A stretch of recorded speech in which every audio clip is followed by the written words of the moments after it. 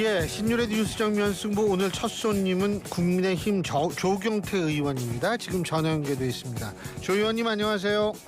네, 안녕하세요. 저 조경태 의원입니다. 예, 예. 아이고 요새 바쁘시죠? 아, 네, 그렇습니다. 네네. 뭐 여러 가지 진짜 활약이 많으시던데. 근데 활약은 활약인데 이게 당이 참 돌아가는 이 모양새가 말이 아니래 가지고 참 그렇습니다만 일단 네네. 지금 당대표 선거 나가시잖아요. 그죠? 네, 그렇습니다. 네네.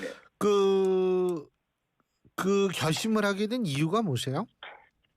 사실 우리 당이 계속해서 비상계엄 이후부터 지금까지 특히 대통령 선거 패배 이후에 정말 무기력하게 무너져 가고 있다 이렇게 생각을 하고 있고요. 예. 따라서 우리 죽어가고 있는 이 당을 살리기 위해서 헌신하기 위해서 이번에 나왔다 이렇게 보시면 되겠습니다. 그리고 제대로 된 혁신을 통해서 당을 살려내야겠다는 그런 절박함, 그리고 그나물의 그 밥이라는 똑같은 인물로서는 국민의힘이 미래가 없다 이런 판단하에 제가 이번에 출마를 결심하게 되었습니다. 살리는 방법이 뭐 생각해 두신 게 있어요? 사실은 우리 당이 그동안에 그 비상계엄과 그 탄핵 전국에서 또 대선 패배 이후에 그게 비상계엄을 옹호하거나 또는 탄핵을 반대했던 분들 중에서 또 윤석열 정부의 파면 이후에 반성하거나 또는 사과하거나 뭐 이런 분들 책임지는 모습을 거의 보이지 못했다고 보고 있거든요. 예. 따라서 우리 당을 살리기 위해서는 무엇보다도 가장 중요한 그 키워드는 저는 혁신이라고 봅니다. 그래서 혁신을 제대로 해내지 못하면 우리 당은 국민들부터 상당 기간 동안 그러니까 그 혁신을 어떻게 네. 하실 거냐? 전 그걸 여쭤보는데. 결국 혁신의 가장 큰 어떤 과제는 결국 인적 쇄신이라고 보고 있거든요. 예. 인적 쇄신을 좀 제대로 해야만이 국민들께서는 우리 당이 좀 변화했다 이렇게 볼 수 있을 것 같습니다. 그 인적 쇄신은 그러면은 그 관저에 가서 저거 하는 분들 다 내보내는 거예요? 출당 조치? 그분들 중에서도 지금 1월 6일 날 간저에 갔던 분들이 약 45명이거든요. 예. 예, 그리고 또 그 대선 후보의 그 선출 과정에서의 그 야밤에 있었던 그 쿠데타성의 어떤 대선 후보 교체 시도했던 그분들도 계시지 않습니까? 예. 그렇게 하면 그 숫자는 좀 더 늘어날 수가 있거든요. 저는 그분들 중에서 정말 뼈저리게 반성하고 또 국민들께 용서를 구하는 분들은 또 함께 할 수 있지만 아직도 거기에 대한 그 문제의 심각성을 이해하지 못한 분들은 저는 혁신의 대상으로 할 수밖에 없다 이렇게 봅니다. 출당시킨다는 말씀이세요? 그거는 저는 제가 당 대표가 되면요, 예. 인적 쇄신 위원회를 좀 상설 기구로 둘 예정이거든요. 그래서 거기서 이제 어떤 빠른 시간에 어떻게 인적 쇄신을 할 것인가를 고민을 하겠지만, 저는 국민들의 눈높이에 맞는 인적 청산, 인적 쇄신이 있어야 된다 보고 있고요. 국민들이 이제 그만해도 되겠다라고 할 정도까지 저는 강도 높은 인적 쇄신은 반드시 이루어져야 된다 이렇게 보고 있습니다.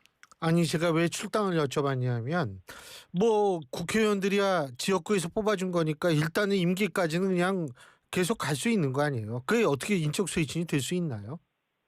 그거는 아마도 일부는 뭐 지금 말씀하신 대로 그 출당까지도 고려할 수밖에 없다고 보고 있고요. 좀 더 강력한 그런 어떤 인적 쇄신을 하지 않으면은 우리 당은 좀 살아남기가 어렵지 않겠나 이렇게 보고 있습니다. 근데 안철수 의원도 혁신위원장 하면서 뭐 그걸 하려고 그랬다가 그만뒀지 않습니까? 그죠? 안철수 의원의 실패의 원인은 어디 있다고 보세요? 글쎄요, 좀 개인을 뭐 비판하는 것은 좀 적절하지 않다고 비판은 아니고요. 나는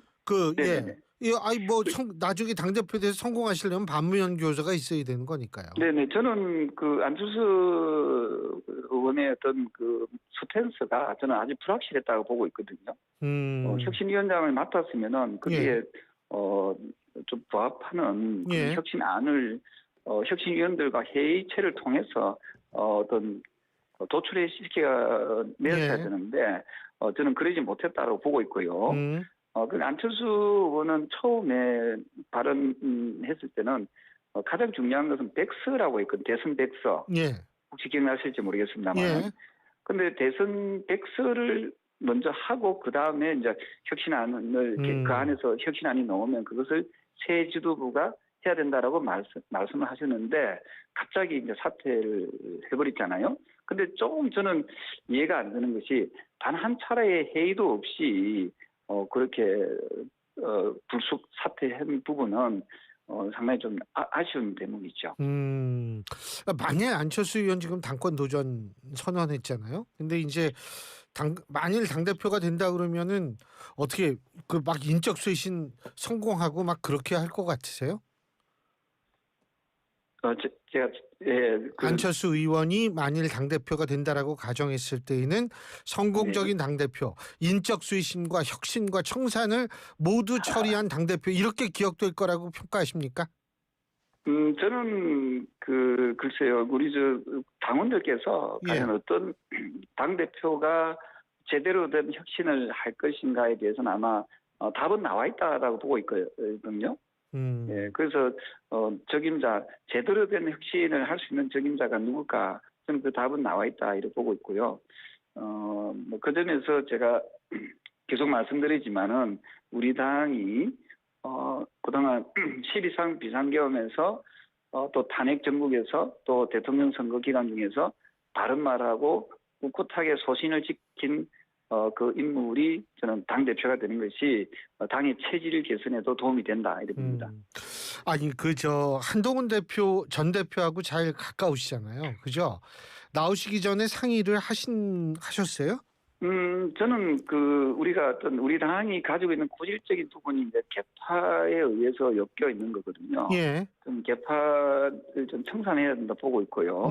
그런 점에서 저는 한동훈 대표는 불법적인 비상계엄을 막아내는데 큰 역할을 했다. 이 부분은 절대 우리가 잊어서는 안 된다 이렇게 보고 있고요. 예. 한동훈 전 대표는 우리 당의 소중한 정치적 자산입니다. 저하고는 정치적 동지로서 함께 갈 수 있는 그런 인물이다라고 보고 있습니다.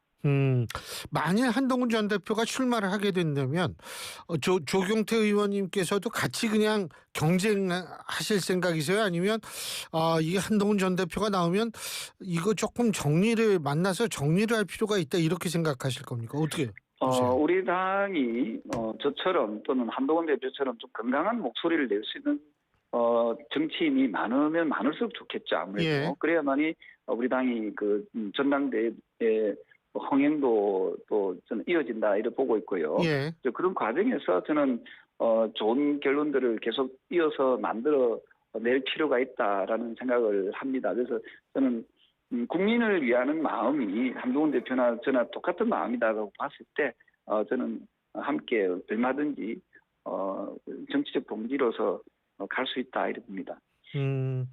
갈 수 있다라는 거는 어쨌든 조정의 여지는 충분히 있다 이런 말씀으로 이해해도 되겠습니까? 네, 뭐 여러 가지 부분에서 나중에 기대를 좀 해주셔도 좋을 것 같은데요. 기대요. 알겠습니다. 네, 네. 기대하죠. 그리고 오늘 아침인가 어제 아침인가요? 저희 YTN의 아침 프로 뉴스 파이팅에 한 국민의힘 의원께서 나오셔서 윤석열 전 대통령은 진보의 아버지다 이런 얘기를 했습니다. 동의하십니까? 김대식 여보세요? 의원께 예. 네, 윤석열 전 대통령은 진보의 아버지다. 예? 네. 동의하십니까? 이제 와서 그렇습니까? 윤석열 전 대통령은 진보도 보수도 아닌 것 같은데요. 그분은 반민주적 사고를 가진 분이잖아요. 예. 네, 비상계엄을 하는 그 자체가 국민들의 목에다가 총뿌리를 겨눈 행위지 않습니까? 예. 예, 그런 분들이 그런 사고를 가진 분이 자유민주국가의 일원으로 진보 보수 얘기할 수 없다. 예, 그렇게 또 특히 대통령을 했다는 것은 국민들한테는 큰 충격으로 다가설 수도 있다는 거죠. 진보도 보수도 아니고 그냥 반민주주의적인 그런 인물이다 이렇게 우리 요약하면. 당이 좀 바뀌어야 될 부분이 뭐냐면요. 예. 말은 자유민주주의를 이야기하면서 음흠. 의원총회를 가더라도 의총에서 의원들의 발언이 굉장히 제한적이고 예. 좀 보이지 않는 그런 억압과 또 강압이 좀 주어지거든요. 어허. 이런 문화는 버려야 된다고 생각합니다. 예. 예, 그런 어떤 그 문화를 가진 그 사고를 가진 분들은 자유민주주의를 지향하는 그 보수정당 국민의힘의 일원이 될 수 없다 이래 보고 있거든요. 예, 그래서 누구든지 자유로운 그 의사 표현을 할 수 있는 그런 문화를 만들어내야 되고요. 저 조경태가 당 대표가 되면 우리 당이 정통 보수로서의 가치를 다시 상기시키는 그런 일대 어떤 그 정당 민주주의를 좀 실현시켜내겠다 말씀을 드리고 싶습니다. 자, 내일 윤석열 전 대통령에 대한 영장실질심사가 오후 2시 15분인가에 있습니다. 그죠? 결과 어떻게 나올 거라고 예상하세요? 저는 그도 말씀드리지만은 개인으로서는 상당히 불행하고 안타까운 일이지만은 국민들로부터는 이거는 배신행위이지 않습니까? 헌법재판소 판결에도 그리 나왔습니다만은 앞으로 두 분 다시는 이런 내란의 어떤 상황이 벌어지지 않도록 해야 된다고 보고 있고요. 그래서 저는 물론 법원의 결정입니다만은 저는 절대 용납될 수 없는 그런 행위를 했기 때문에 저는 매우 엄격하고 단호한 그런 어떤 결정이 내려지지 않을까 이렇게 보고 있습니다. 그러니까 구속될 것이다 이렇게 보시는 거죠. 그죠? 네네. 예. 자, 그리고 김건희 특검이 오늘 국민의힘 윤상현 의원 사무실을 압수수색했다. 뭐 이게 지금 보도가 됐고 송원석 원내대표는 정치 보복이다. 이런 식의 반응을 보이는데 우리 조경태 의원님은 어떻게 평가하시겠어요? 이미 그 부분은 좀 예측이 됐던 상황이다라고 보고 있거든요. 저는 지금 3대 특검이 지금 동시에 이루어지고 있지 않습니까? 예.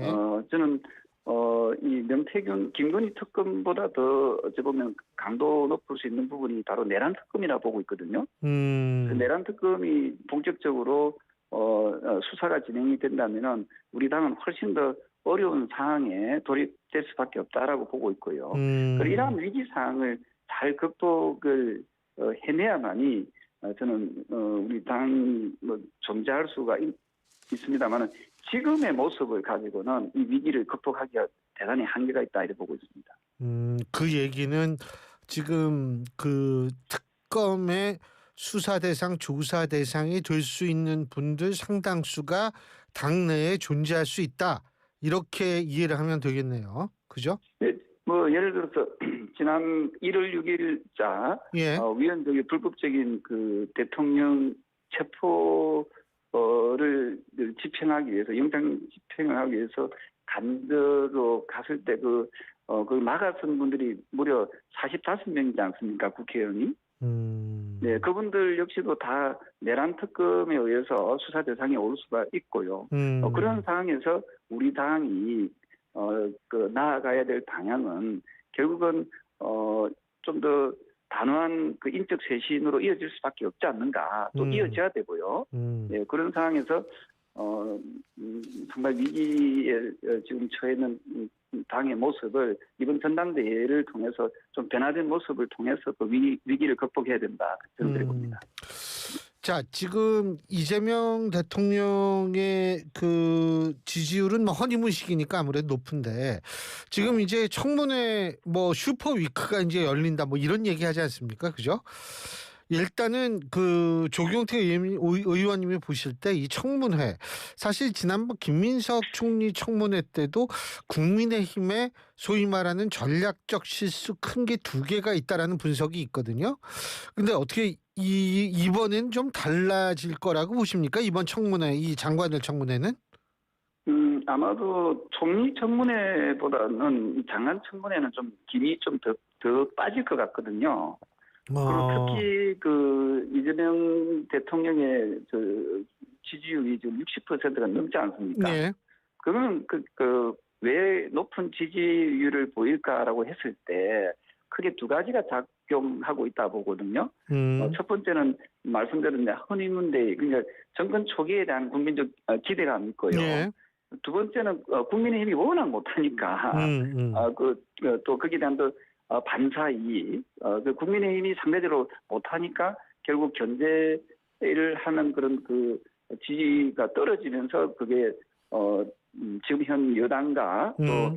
이재명 대통령에 대한 지지율로 이어진다. 이래 봤을 때 아마 청문회를 열어도 크게 우리가 야당 입장에서 이게 크게 이슈가 될 만한 게 과연 있을 것인가 하는 부분에 대해서는 조금 부정적이다 이래 봅니다.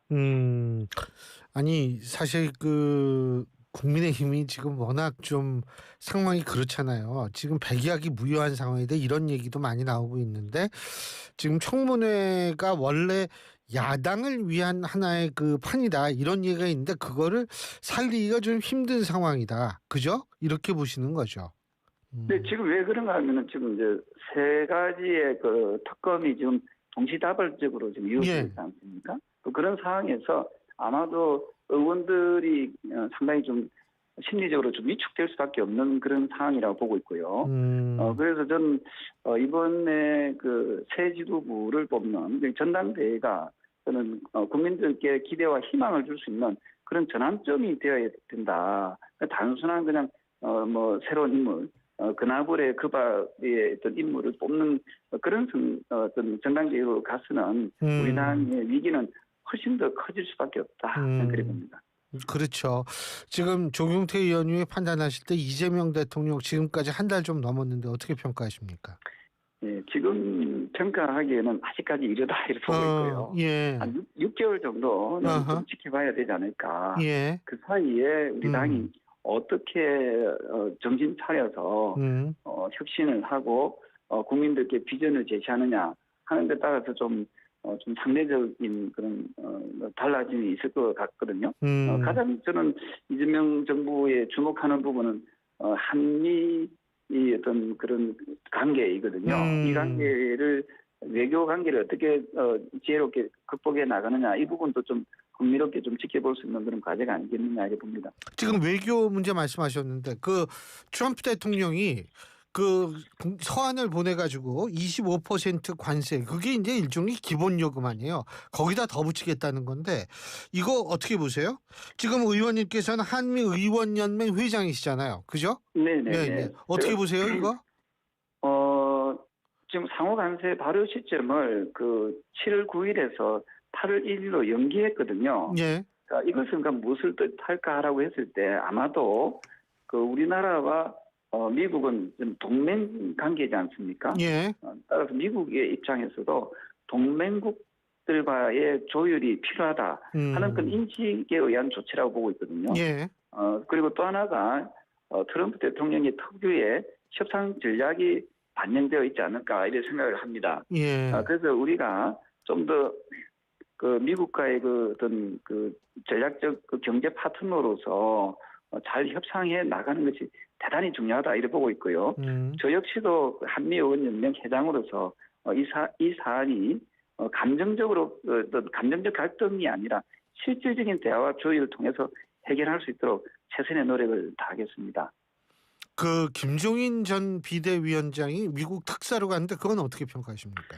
저는 김종인 그 전 비대위원장이 또 경제 전문가지 않습니까? 경제학자죠. 예. 네, 아마도 충분히 이런 부분에 대해서 잘 논의할 것이라 보고 있고요. 또 조만간에 또 우리 그 국회에서도 한미의원연맹에서도 지금 워싱턴을 방문할 예정에 있거든요. 예. 그래서 우리가 좀 국익적인 차원에서 초당적으로 이 문제를 좀 풀어 나가고자 합니다. 그래서 미국과의 관계는 안보 동맹을 넘어서서 경제 동맹으로 충분히 갈 수 있는 여지들이 있거든요.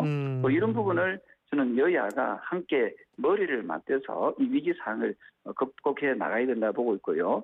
미국에서도 한국 정치를 바라보는 그 시각이 어떤 특정 정당에서만의 어떤 해결책을 논하는 것이 아니라 여야가 초당적으로 협력해서 오기를 바라고 있거든요. 그런 점에서 국회의 역할이 대단히 중요하다. 저는 그렇게 보고 있습니다. 참. 그리고 그 국민의힘 의원 중에 조경태 의원님이 지역구가 부산이시니까 부산 25만 원 필요 없다. 지금 그것 때문에 부산 민심이 좀 많이 좀 싱숭생숭합니까? 어떻습니까? 네, 부산 민심뿐만 아니라 아마 이게 서민들 입장에서 봤을 때 국민의힘은 좀 아직도 인식이 부자들을 위한 그런 정당인가? 기득권을 위한 정당인가? 그런 인식이 좀 강하게 깔려 있지 않습니까? 자, 그렇다면은 우리가 어쨌든 지원금에 대해서 이미 이건 그 정책적으로 이제 발표가 났기 때문에 이런 부분에 대해서 저는 그렇게 생각합니다. 정치는 갈등을 조장하는 것이 아니라 갈등을 조정해 나가야 된다 이렇게 보고 있거든요. 그런 측면에서 봤을 때 아마 그러한 부분들은 서민들의 입장에서는 상당히 좀 적절한 표현이 아니지 않을까 이렇게 생각합니다. 아니, 지금 부산 민심도 TK도 좀 그렇지만 PK는 특히 좀 국민의힘의 비우호적인 분위기가 많이 들고 있다. 뭐 이런 소리가 들리던데 맞습니까? 네, 이대로 가게 되면 아마 2018년 혹시 기억나시죠? 예. 지방선거. 예. 그때 부산 경남 다 졌지 맞아요. 않습니까? 예. 이대로 가면은 부산 경남도 저는 와르르 무너질 가능성이 많거든요. 그래서 저 조경태가 이번에 나선 이유도 최소한 우리 당이 지방선거에서만큼은 저는 패하면 안 된다라는 그런 절박함에서 나왔거든요. 그리고 이번 지방선거에 아마도 그 바로메타 승부처는 저는 부산이라고 보고 있거든요. 네, 그래서 부산이 부산 왜 승부처라고 보세요? 왜냐하면 부산에서 지금 가장 지금 그 위기가 많이 감지되고 있거든요. 부산이 무너지면 뭐 서울 경기는 말할 것도 없게 되겠죠. 그래서 부산이 지금 그 굉장히 좀 위기 상황이고 그래서 아마 그 우리 당원들께서도 대구 경북 민심도 좀 그 지금 상당히 좀 요동친다라고 하거든요. 잘 아시다시피 과거에 그 김부겸 의원이 대구에서 민주당으로 당선된 적이 있지 않습니까? 예, 맞아요. 네, 그만큼 대구 경북 분들도 어디 딱 그 폐쇄적으로 갇혀 있는 분들이 아니거든요. 그때 김부겸 의원이 그때 승리하지 않았습니까? 예. 그때 그 상대 우리 당의 후보가 누구였죠? 그때 누구였죠? 김문수 후보. 김문수 후보인가요? 네. 감사합니다. 네, 그래서 조경태가 답이다 하는 것이 나와 있죠. 네, 우리가 이번에 우리 당이 확실히 바뀌지 않으면 우리 당이 이번에 황골탈퇴하고 크게 변하고 크게 바뀌지 않으면은 그나물의 그 밥의 어떤 그런 이미지로 가지고는 저는 회복하기가 어렵지 않을까 저는 그렇게 봅니다. 잘 알겠습니다. 의원님 오늘 말씀 잘 들었습니다. 고맙습니다. 네, 감사합니다. 지금까지 국민의힘 조경태 의원이었습니다.